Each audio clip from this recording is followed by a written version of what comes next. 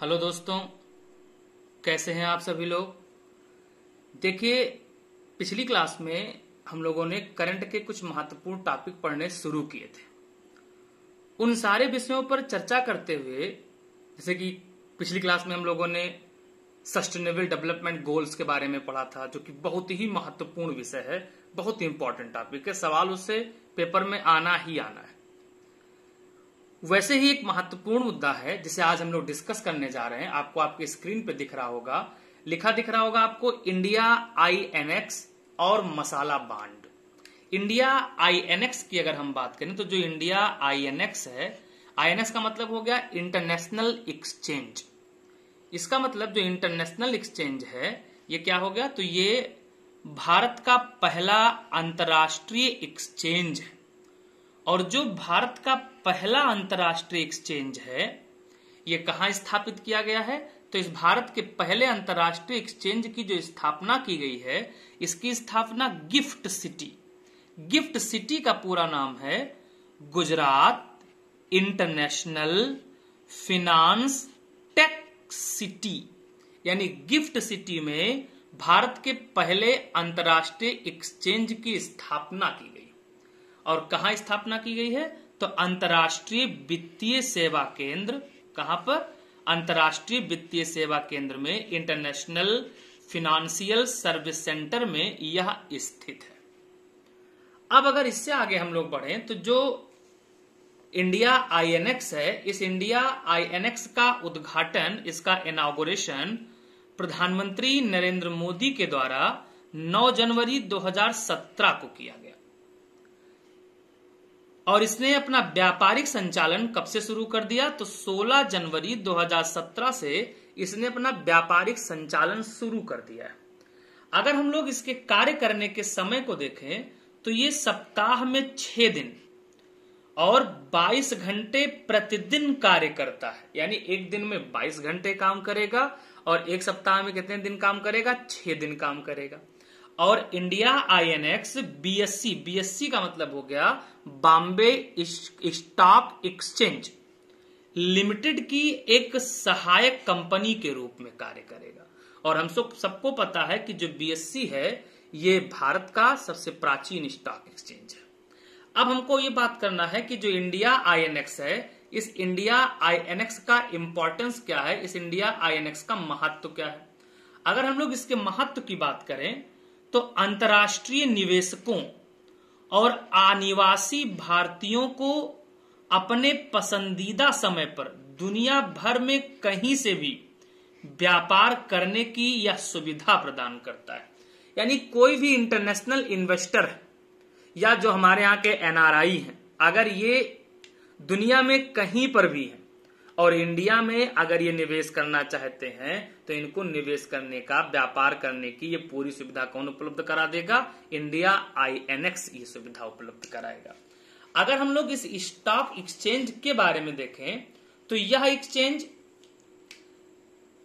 Security transaction tax, सुरक्षा लेन then कर, commodity transaction tax, वस्तुगत लेन then कर, डिविडेंड डिस्ट्रीब्यूशन टैक्स, लाभांश वितरण कर, long term capital gain tax, दीर्घकालिक पूंजीगत लाभ कर, इनकम टैक्स, आयकर, ये जितने भी टैक्स हैं, इन सारे टैक्स के संबंध में किसको, तो जो इन्वेस्टर होगा उसे लाभ प्रदान करेगा, यानी उसको कुछ रियायतें प्रदान कर दी जाएंगी। अगर हम लोग इंडिया INX के बारे में देखें तो सबसे खास बात इंडिया INX के बारे में यह है कि जो इंडिया INX है, इसमें इस इंडिया INX के द्वारा, यानी यह एक्सचेंज इक्विटी मुद्रा, कमोडिटी और अन्य फिक्स्ड इनकम प्रतिभूतियों वाले सभी परिसंपत्ति वर्गों के लिए अपनी तरह का पहला एकल खंड दृष्टिकोण, सिंगल सेगमेंट अप्रोच प्रदान करेगा। यानी ये चाहे इक्विटी हो, चाहे मुद्रा हो, चाहे कमोडिटी हो, या कोई भी फिक्स इनकम की सिक्योरिटी अगर आपकी है तो इसमें एक ही सिंगल विंडो से सारे कार्य निस्तारित किए जा सकते हैं। किसके माध्यम से? इंडिया आईनेक्स। तो इंडिया आईनेक्स कहां?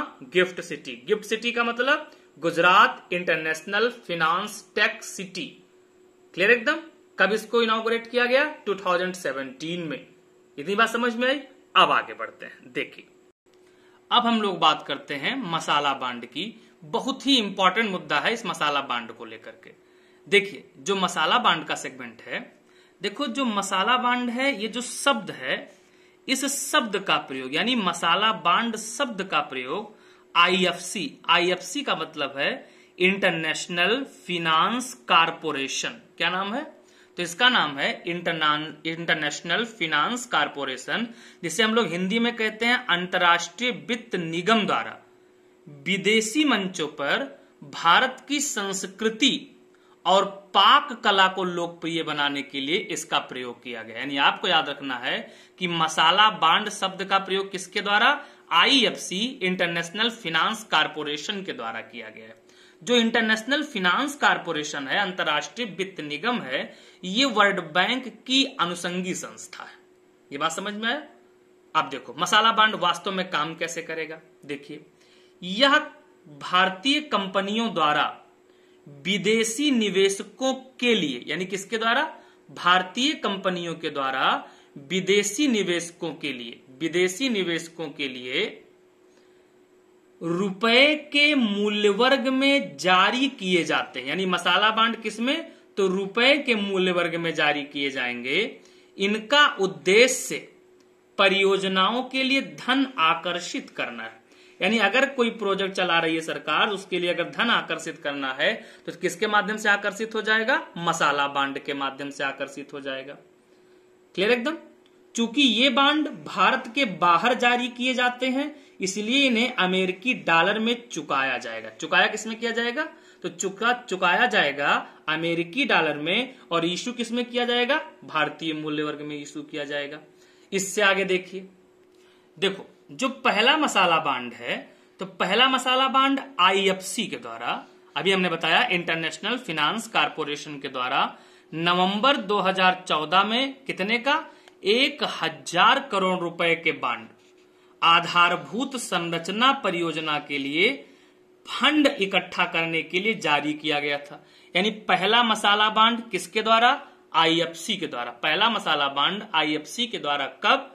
तो नवंबर 2014 में कितने रुपए का? 1000 करोड़ रुपए का आवंटित किया गया था।